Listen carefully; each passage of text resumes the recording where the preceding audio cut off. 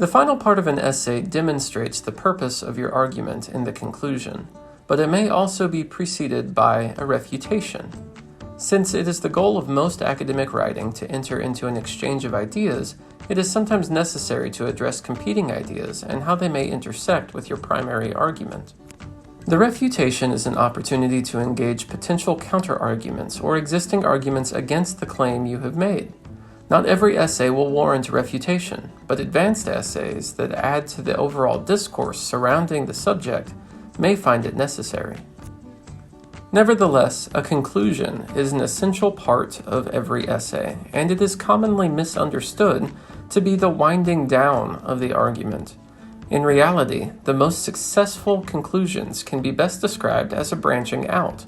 It behaves in the opposite fashion as the introduction, and it broadens the implications of your argument in a meaningful way. A conclusion usually begins with a short review of the central claim in the argument, and the highlights of the strongest supporting arguments throughout the body. Once that is established, the original thesis is expanded in relevance or significance. This part of the conclusion addresses why the argument is important or necessary. Arguments do not have to be personally significant, and appealing to personal importance is usually a weak attempt.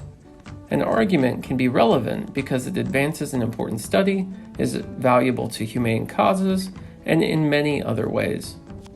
The last part of the conclusion moves from the question of why to the question of what or how. Not only should an essay demonstrate its own value, but it should also contain clues as to how that value should be applied. Calls to action for research, communities, or interested parties ground the essay in reality.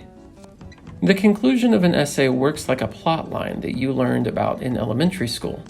You may have learned that it's a witch's hat or mountain that begins with the exposition and ends with the resolution. Any real author would tell you that a plot that actually looked like that would be boring and lack meaning because the ending line appears at the same level as the beginning line. Nothing has changed. An interesting story never leaves the subjects or the audience in the same places as they began. Something has always changed, and it is the role of the conclusion to demonstrate that change.